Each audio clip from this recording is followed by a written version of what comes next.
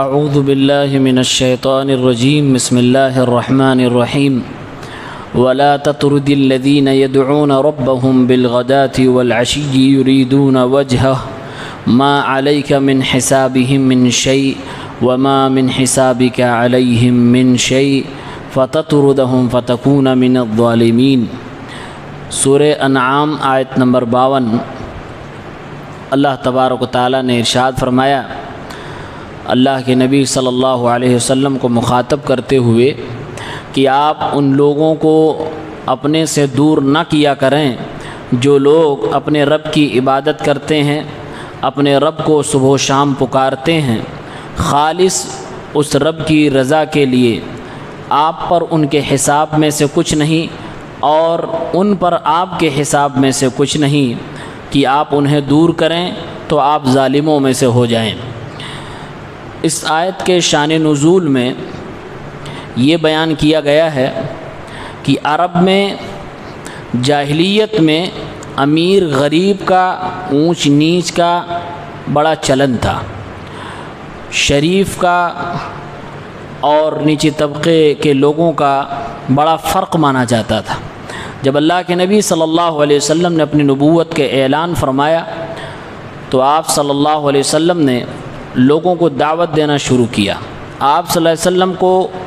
یہ لگتا تھا کہ شرفائے قوم اور بڑے لوگ، قوم کے سرداران اگر ایمان لے آئیں تو ہو سکتا ہے پورا قبیلہ، پورا خاندان ایمان لے آئے۔ یہ آپ صلی اللہ علیہ وسلم کی خواہش ہوا کرتی تھی۔ ایک بار کچھ صحابہ کرام جو کمزور تھے مالی اعتبار سے یا باہر سے آئے ہوئے تھے، اللہ کے نبی صلی اللہ علیہ وسلم کی ارد گرد بیٹھے تھے۔ بلال رضی اللہ عنہ، عمار رضی اللہ عنہ، اسی طرح سے حضرت خباب، حضرت صہیب اور دیگر صحابہ کرام بیٹھے تھے۔ تو قریش کے جو بڑے بڑے لوگ تھے ان لوگوں نے اللہ کے نبی صلی اللہ علیہ وسلم کو دیکھا کہ آپ غریبوں سے گھرے ہوئے ہیں، تو اللہ کے نبی صلی اللہ علیہ وسلم سے کہا اگر تم چاہتے ہو کہ ہم لوگ تمہاری اتباع کریں، تمہاری بات مانیں اور سنیں، تو ان غریبوں کو، کمزوروں کو اور نیچے طبقے کے لوگوں کو اپنے پاس سے ہٹاؤ، تب ہم بیٹھیں گے۔ یعنی جس مجلس میں یہ ہوں گے ہم تمہارے ساتھ وہاں نہیں بیٹھ سکتے، ہماری کوئی اسپیشل میٹنگ ہونی چاہیے، الگ مجلس ہونی چاہیے، ہم وہاں بیٹھیں گے۔ ان لوگوں نے کہا فَإِنَّا نَسْتَحْيِي أَن تَرَانَا الْعَرَبُ جَالِسِينَ مَعَ هَؤُلَاءِ الْفُقَرَاءِ، ہمیں شرم آتی ہے کہ عرب کے لوگ دیکھیں گے ہم جیسے بڑے لوگوں کو ان فقیروں کے ساتھ بیٹھا ہوا تو کیا کہیں گے، ہمیں اس بات کی شرم آ رہی ہے، لہٰذا آپ ان کو اپنے سے دور کریں۔ اور ایک روایت میں آتا ہے کہ آپ کے چچا ابو طالب کے پاس جا کر لوگوں نے یہی شکایت کی تھی کہ محمد کو کہہ دو کہ وہ اپنے آس پاس ان فقیروں، مسکینوں، غریبوں کو بھٹکنے نہ دے، ہمیشہ چاروں طرف یہی لوگ اس کے لگے رہتے ہیں۔ جب یہ آیت نازل ہوئی ان لوگوں نے اس طرح کی بات جب کہی تو آپ صلی اللہ علیہ وسلم کو لگا کہ ہاں تھوڑی دیر کے لیے یہ ہٹ جائیں تو کیا مسئلہ ہے۔ ان لوگوں نے کوئی ایکشن نہیں لیا تھا، صرف سوچا تھا۔ یہ آیت نازل ہوتی ہے کہ اے نبی صلی اللہ علیہ وسلم جو صبح و شام اللہ کی عبادت کرتے ہیں اور خالص نیت سے کرتے ہیں، آپ ان کو اپنے سے دور نہ کیا کریں، آپ ان کو اپنے سے الگ نہ کیا کریں۔ آپ کے اوپر ان کا حساب نہیں اور ان کے اوپر آپ کا حساب نہیں ہے، یعنی ہر ایک کو اپنے نام اعمال کا حساب دینا ہے، ہر ایک کو اپنے عمل کا حساب دینا ہے، چاہے وہ اچھا ہو یا برا عمل ہو۔ تو آپ اس طرح کی کوئی بات اور کوئی حرکت نہیں کریں گے، اگر آپ نے ایسا کیا تو آپ ظالموں میں سے ہو جائیں گے۔ اللہ تعالیٰ نے جب یہ آیت نازل فرمائی، اللہ کے نبی صلی اللہ علیہ وسلم نے ان بڑے بڑے لوگوں کو کہا کہ تم لوگ یہاں سے چلے جاؤ، اور آپ نے اپنے ساتھیوں کو اپنے پاس بٹھا لیا۔ اس آیت میں جو یہ کہا گیا ما علیک من حسابہم من شیء، کہ کوئی حساب نہیں آپ کے اوپر ان لوگوں کا، اس کا مطلب یہ ہے کہ ہر شخص کو اپنا اپنا حساب دینا ہے، اس کے اعمال کا اس کو جواب دینا ہے، دوسرے کو دوسرے کے اعمال کا جواب نہیں دینا ہے۔ اسی طرح سے اس میں اللہ نے یہ کہا کہ جو صبح و شام اللہ کی عبادت کرتے ہیں، صبح اور شام کو خاص طور سے کیوں ذکر کیا گیا؟ کہتے ہیں اس لیے کیونکہ صبح اور شام یہ دو ایسا وقت ہوتا ہے جس میں اکثر لوگ مشغول ہوتے ہیں، دنیاوی امور میں اپنے بال بچوں میں مشغول ہوتے ہیں۔ تو جو بندہ ایسے وقت میں اللہ کی عبادت کر رہا ہو جب دنیا مشغول چل رہی ہو، تو گویا کہ وہ خالی کے وقت میں اور زیادہ اللہ کی عبادت کرتا ہوگا، اس لیے اللہ نے خاص طور سے صبح و شام کا ذکر فرمایا، ورنہ یہ صحابہ کرام ہمیشہ اللہ کے ذکر و اذکار میں رہتے تھے، اللہ تبارک و تعالیٰ کی عبادت کرتے رہتے تھے۔ اس آیت کے اندر صحابہ کی دو بڑی فضیلت بیان کی گئی ہے۔ نمبر ایک، اللہ تعالیٰ نے اس آیت میں صحابہ کرام کی اور ایک طبقے کی، خاص طور سے وہ صحابہ جو مالی اعتبار سے کمزور تھے اور جن کو قریش کے بڑے بڑے لوگ ضعیف،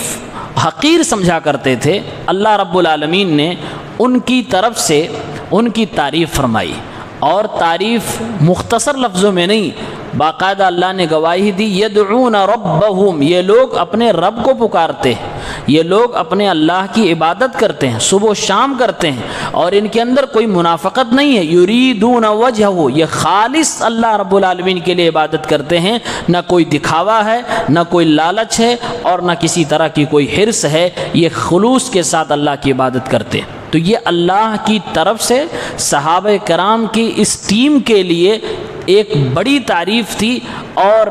یہ صحابہ کی فضیلت کے لیے بہت بڑی چیز ہے کہ اللہ تعالیٰ نے خود ان کی تعریف فرمائی ہے۔